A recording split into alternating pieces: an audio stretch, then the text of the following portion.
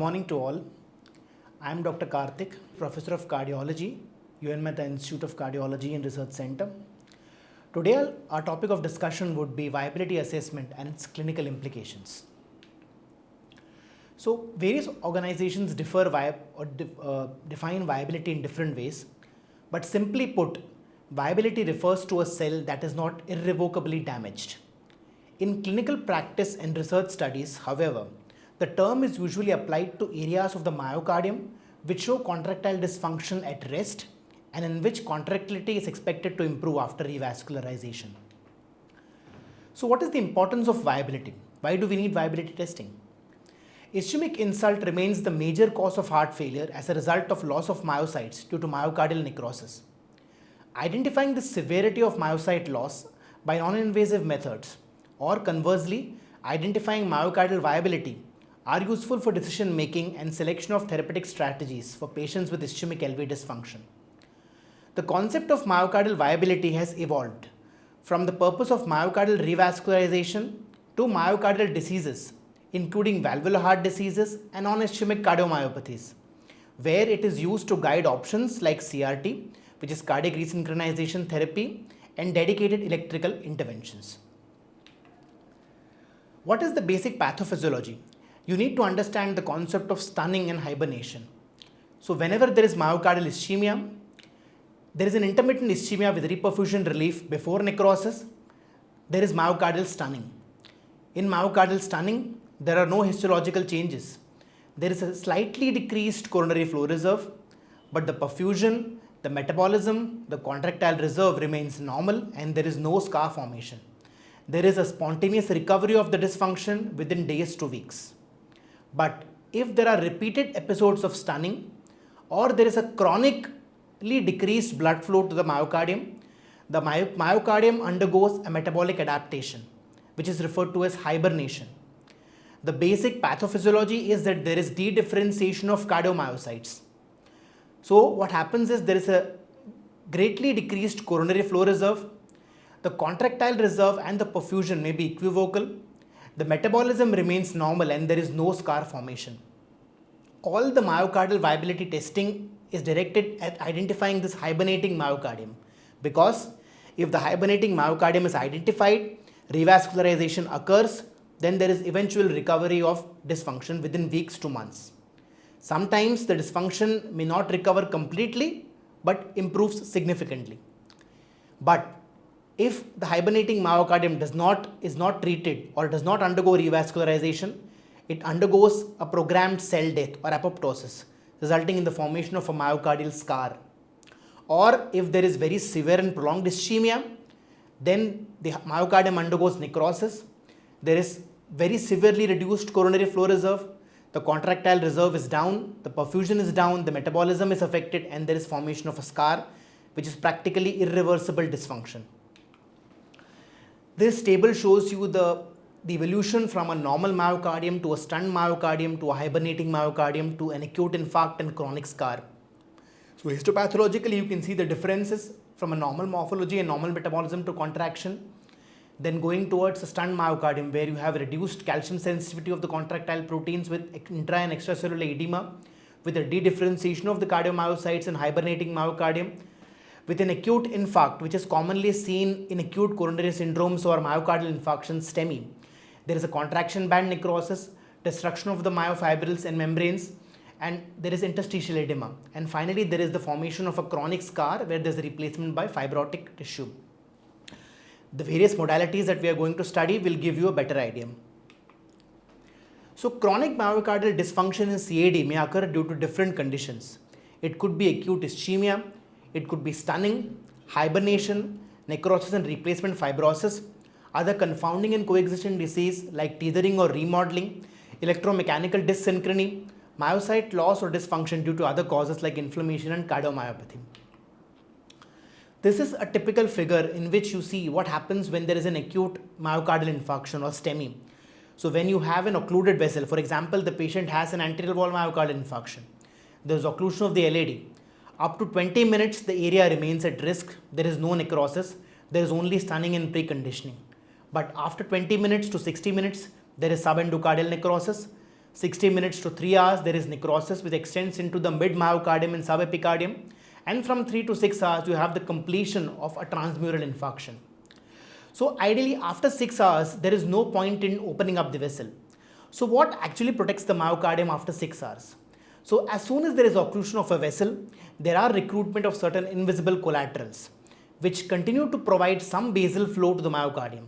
And these invisible collaterals may be enough to sustain the myocardium for weeks to months to years together. And that is why we need to identify this myocardium, which may potentially improve or with the detection of a myocardial viability. These are the consequences of acute ischemia. You can see that there is acute ischemia with a partial or total occlusion giving rise to either a patchy or complete infarction with pre and post conditioning. With chronic repetitive ischemia, what happens is there is initially a chronically stunned myocardium and then it goes to a chronically hibernating myocardium. A hibernating myocardium, although it has metabolic adapted itself, it remains vulnerable to lethal arrhythmias. So how do these various modalities that we study, they'll identify viable myocardium? So one is they will be able to identify electrical activity. Any cell which is viable has electrical activity. So presence of local action potentials, preserved membrane and mitochondrial function, active contraction at rest or presence of contractile reserve, preserved metabolism favoring glucose utilization, absence of myocardial scar or extreme wall thinning or aneurysm. This is the figure which shows you all the possible ways or all the different ways in which the nuclear tracers act. For example, if you take thallium, which is used as a nuclear tracer in SPECT scan, thallium is able to enter the cell or cardiomyocyte via sodium potassium ATPase, which is active transport, but thallium can passively redistribute out of the cell. 99 technetium system which is replaced thallium for all practical purposes, is taken up actively inside the cardiomyocyte, and because of its positive charge, it remains confined to the mitochondria and cannot leave the cell. 13 ammonia, which is used as a perfusion tracer in PET scan, can passively diffuse in and out of the cell. 18 FDG, which is a metabolic tracer used in PET scan, is taken up actively by the GLUT1 and 4 transporters into the cell, is converted into 18 FDG glucose phosphate and remains inside the cell. Dobutamine binds to the beta-1 receptors on the cells, activates the cyclic AMP pathway, ultimately resulting in increased calcium release from the sarcoplasmic reticulum. And gadolinium, which is commonly used in LG CMR, is usually confined to the interstitial space. It cannot enter into the cell, and that is why in CMR, the normal tissue appears black, whereas the abnormal tissue, which is basically the interstitial fibrosis or extracellular fibrosis, appears white. So the imaging techniques and the principles to detect viability. So the various techniques will detect any of the following function and stamp the myocardium as being viable or not. For example, if you take thallium, as we studied it detects the membrane function. 99 technetium, it studies the mitochondrial function. Dobutamine echo, it studies the contractile reserve. The PET scan, if combined perfusion as well as metabolic scan, is able to identify the membrane function and metabolic function. And LG, CMR and CT is able to identify scar. These are the various techniques which are used to detect myocardial viability, and the sensitivity, specificity, positive predictive value and negative predictive value are provided. So we move on to the first modality, which is dobutamine stress echo. All of you must be aware of this dobutamine stress echo. We get a basic or a baseline echo done in 3 views, which is a 2-chamber view, a 3-chamber and a 4-chamber view. Then we start dobutamine in a dose of 5 microgram per kg per minute, and at every 3-minute intervals, we increase the dose by 5 microgram per kg per minute, going up to 40 microgram per kg per minute. If at the end of this high dose of dobutamine you don't see an increase in the heart rate, you give the patient atropine to increase the heart rate. So what are the possible 8 responses which you can see in these patients? So if the resting function is normal, with a low dose of dobutamine, the function remains normal, but at peak stress there is hyperkinesia, indicates a normal response. If the resting function is normal, at low dose it remains normal, but at peak stress there is tardokinesis or it is worse than rest and worse than the adjacent segments, it is known as ischemia, or it is an interpretation of ischemia. If the resting function is normal, the low dose, it becomes worse, and it is even worse at peak stress. Usually it indicates severe critical ischemia. If there is resting wall motion abnormality, improvement at low dose and worsening at high doses, it suggests biphasic response or a hibernating myocardium.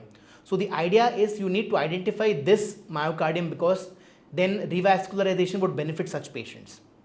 If there is resting wall motion abnormality with improvement at a low dose and sustained improvement, it's a uniphasic response which shows viability without ischemia, either stunning, remodeled segment, myopathic segment, or subendocardial infarct. If there is resting wall motion abnormality, at low dose it becomes worse, and at peak stress becomes even worse, again indicates severe critical ischemia. If there is rest wall motion abnormality with no change at low dose and improved contraction at peak stress, indicates a tethering effect or subendocardial infarct. With resting wall motion abnormality, no change at low dose and no change at peak stress, indicates a non-viable and scar tissue. So this is a typical example of how we do a dobutamine stress echo. The first panel which you see is a normal response. At baseline, the function is normal, there is no RWMA.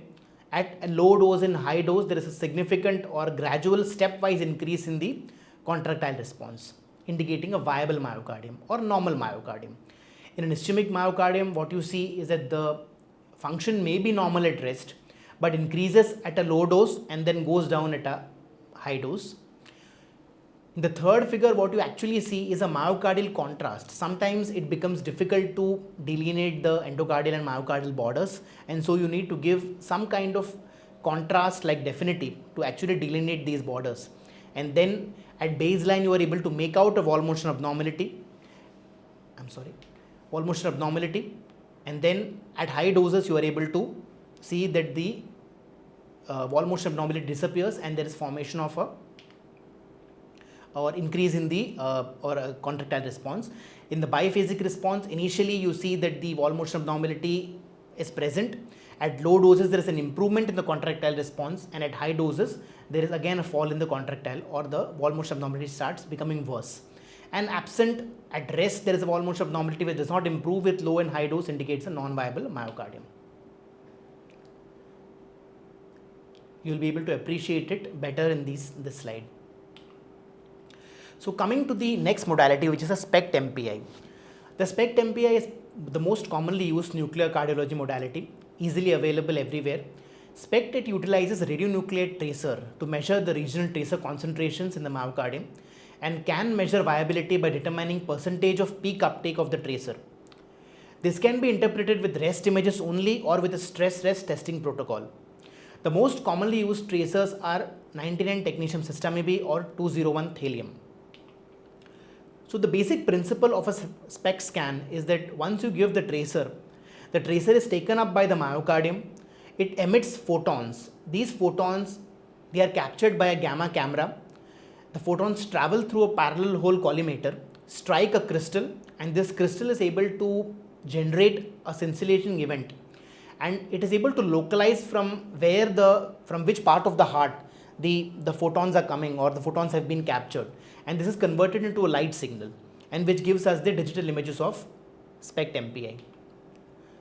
This is the interpretation of the SPECT MPI. You can see that the topmost view is actually similar to a short axis view of the echo, where you can see the septum, the lateral wall, the inferior wall, and the anterior wall.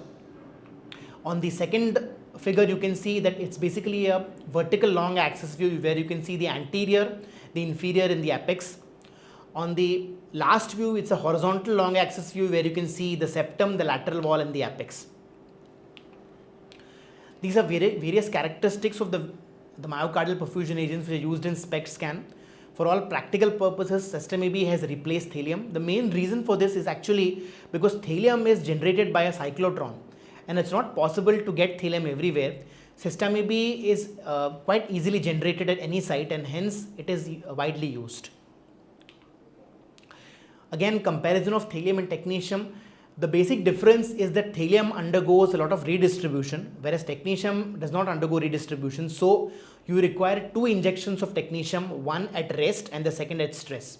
And the amount of radiation exposure is slightly more with technetium as compared to thallium. The major pharmacological agents used for stress testing, the primary agent which we use is adenosine. All the other agents can also be used, but adenosine offers the benefit that you can give it at a dose of 140 microgram for 4 to 6 minutes. It's very rapidly acting and its action disappears within a very short time, and it's quite safe. So this is the protocol that we generally use. You can either go for a 1 day or 2 day protocols, rest stress or stress rest. So if you're going for a rest stress protocol, you inject technetium at rest, wait for 30 to 60 minutes, go for a rest imaging, then go for a stress which can be either a pharmacological stress or exercise stress, again inject technetium, wait for 30 to 45 minutes again, and then go for stress imaging. So you can do it over 1 day or over 2 days. The same protocol can be done reverse. You give stress, give technetium, within 30 to 45 minutes take a stress image, then review it, then do a rest scan, wait for 30 to 60 minutes, and then take rest images. So this is how the reporting of an SPECT MPI is done. You have the upper row showing a stress image and lower row showing a rest image in the 3 basic views. The short axis view going from the apex to the base, the horizontal long axis view going from the posterior to the anterior part of the heart, and the vertical long axis view going from septum to lateral. I'll move to some examples. So this is a classical example of a patient who presented to the emergency with atypical chest pain. His ECG was non-diagnostic. He underwent a SPECT scan with system and we could see that the short axis view that the anterior and the lateral regions, anterolateral regions in the short axis view, and the vertical long axis view, the apical, and the horizontal long axis view, the apical regions are predominantly affected. And this patient underwent a catheterization on the next day, which showed a tight lesion in the proximal portion of the first diagonal of the LAD. So a SPECT scan can also be useful in an emergency department to rule out the cardiac and non-cardiac cause of chest pain. Again, another view in 2 patients in whom there was LAD disease. On the left hand side, you can see that the patient in all the 3 views at rest is showing lack of tracer uptake in the septum, in the anterior wall, in the apex, and the aterolateral walls, indicating loss of viability. On the right side, you see that the patient is having good viability at rest in the septum, the anterior wall. Only a small portion of the apex remains non-viable. So according to the scan, the left side patient should be kept on medical management. The right sided image patient can undergo revascularization. We move on to PET MPI. Now the main difference between SPECT and PET is that PET uses a positron. It relies on detection of 2 high energy gamma photons, and the other basic difference is that it is able to quantify myocardial flow and give us an idea of myocardial metabolism by using a metabolic tracer like 18-FDG. The myocardial perfusion studies can be performed with generator-produced rubidium or cyclotron-produced ammonia, and the myocardial metabolism is studied using 18-fluorodeoxyglucose. This is how you perform a dual scan with PET. You keep the patient fasting for 6 hours, do a rest scan just like you do a SPECT scan, review, then give the patient oral glucose load and IV insulin, and then inject IV 18-fluorodeoxyglucose, wait for 60 minutes and take a scan.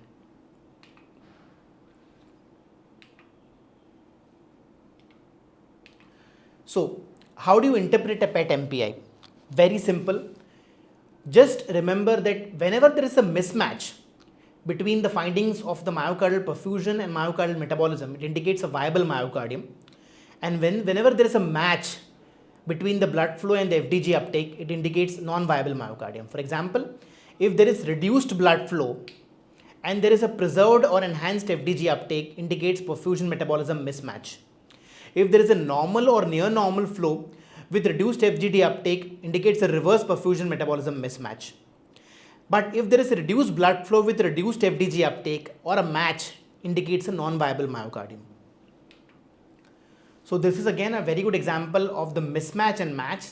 So you can see that the perfusion scan has been done at rest with 82 rubidium, and you have the metabolic scan being done with fluorodeoxyglucose, and you can see in all the three views that there is a mismatch between the short axis view of the perfusion and metabolism. Here you can see that the tracer uptake is absent in the lateral wall, whereas here it is predominantly absent in the septum. In the vertical long axis view, you can see that the inferior wall predominantly lacks tracer uptake, whereas here the apical regions lack a tracer uptake. In the horizontal long axis view, the lateral portion lacks tracer uptake, whereas in the metabolism part, the septum lacks tracer uptake. So this is a mismatch indicating a viable myocardium. Whereas if you see the lower image, there is a typical match between the perfusion scan and the metabolic scan, indicating that this is predominantly a non-viable territory. So CMR again it allows comprehensive assessment of patients with CAD, helps us in identifying myocardial wall thickness, regional function, global function. The principal method of assessing viability by CMR is detection of scar and scar extent by LGE. Dobutamine stress CMR may be complementary for improved accuracy when LGE predicts the probability of recovery to be indeterminate. And now you have the T1 mapping techniques, which have also demonstrated promise with further confirmation studies which are awaited. LGE used with CMR has become the reference standard for the non-invasive imaging of myocardial scar and focal fibrosis in both ischemic heart disease and non-ischemic cardiomyopathy. Wherever available, I think CMR has replaced all the other modalities for initial screening for viability. Clinically used, as I already told you, gadolinium, when it is injected, you take the scan within 10 to 15 minutes. It is confined to the extracellular space and the normal tissue appears black, whereas the abnormal tissue with fibrosis or scar appears bright. Again, this is a typical example of the function and the LGE. You can see that as the normal appearing tissue appears black, indicates that there is absence of a scar, and as we move downwards, you can see that there is the black portion, normal tissue starts disappearing, and you have a completely white region indicating that there is a transmural scar in this case.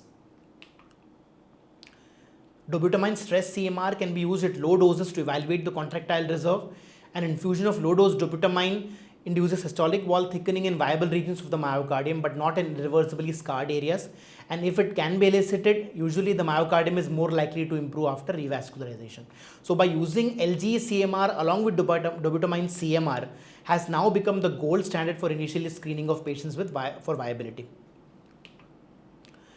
The newer non-contrast imaging techniques have come, like T1 and T2 magnetization recovery times, as well as computation of the extracellular volume, and other spectroscopic methods like evaluation of myocardial 23 sodium concentration as a marker of membrane function, and myocardial 31 phosphate creatinine ratio to ATP ratio to evaluate myocardial energy homeostasis.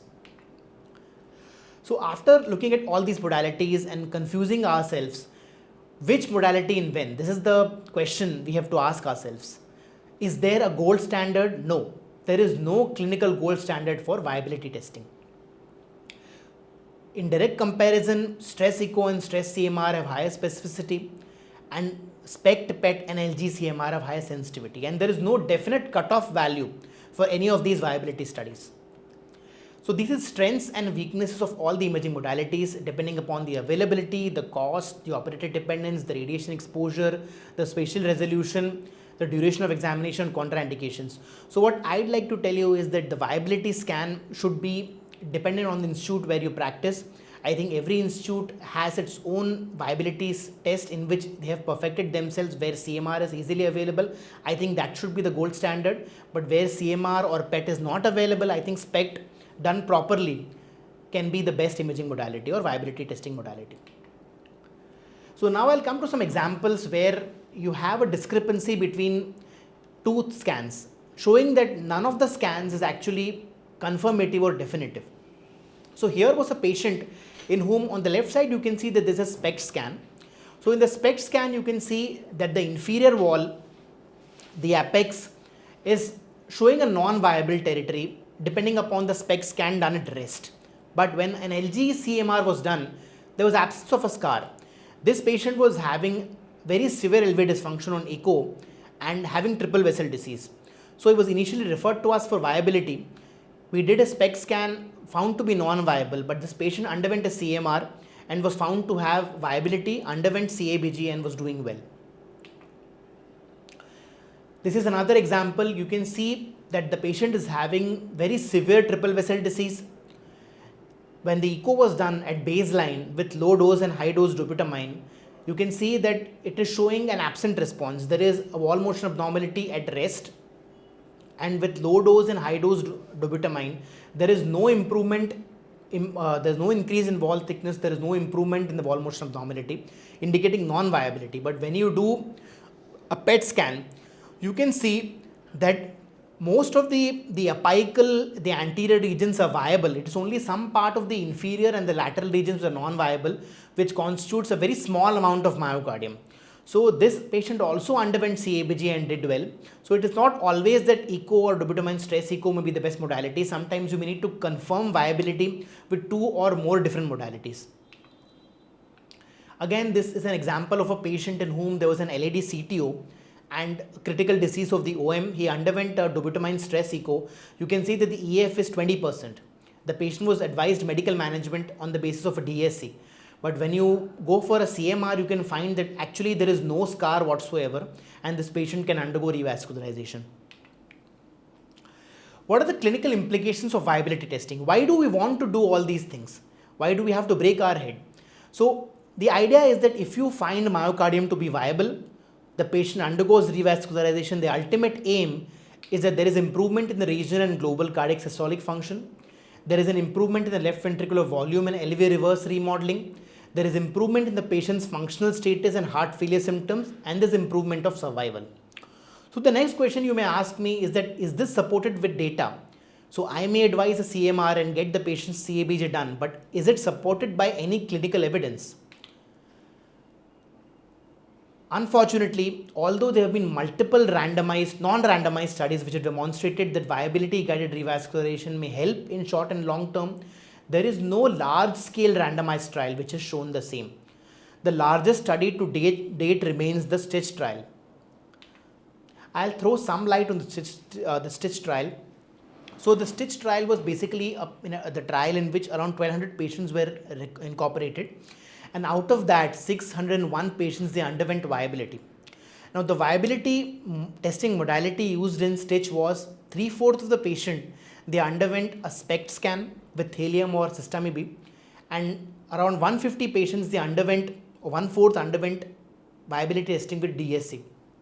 Out of that, 487 patients were found to be viable, 114 were found not to be viable, and then 243 patients underwent medical treatment in the viable arm, 244 patients underwent CABG in the myocardial viable arm.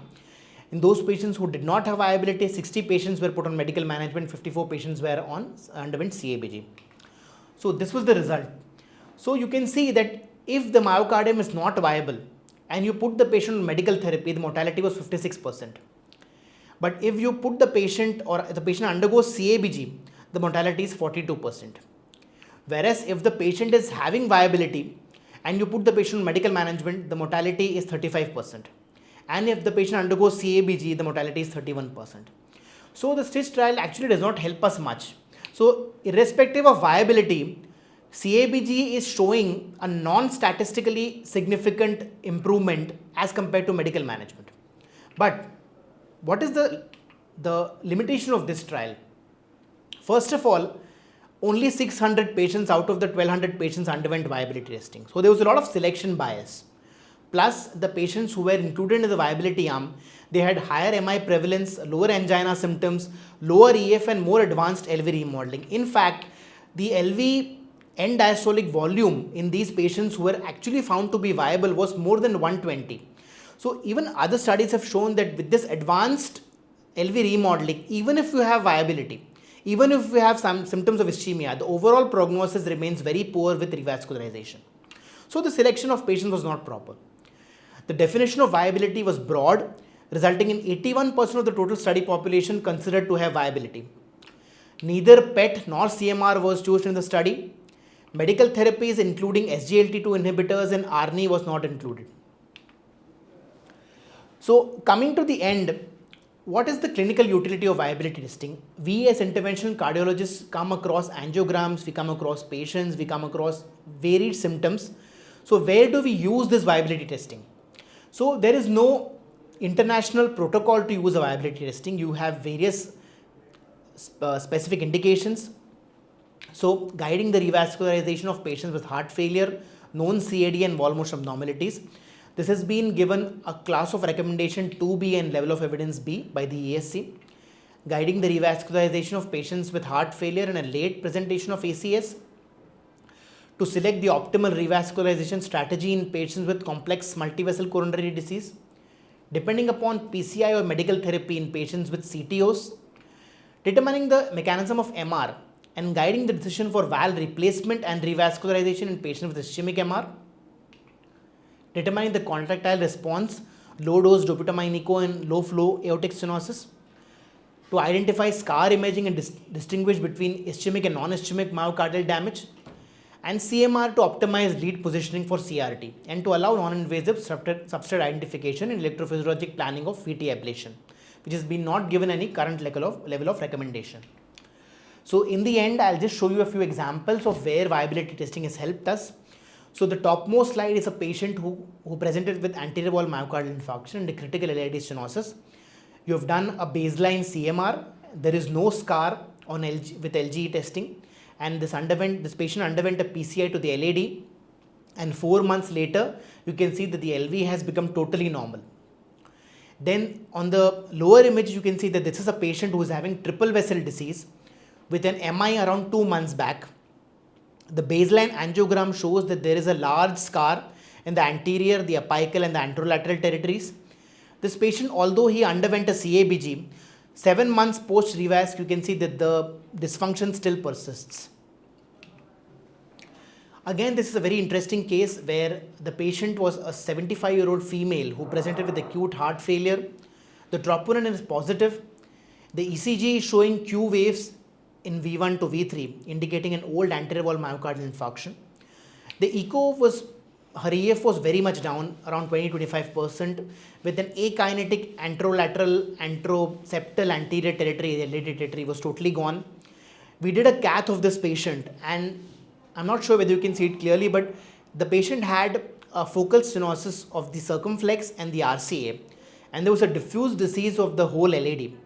So here the question was whether we needed to do a PCI of the circumflex and RCA only and leave the LAD alone, because on the basis of an ECG and transthoracic echo we thought that the LAD would be non-viable.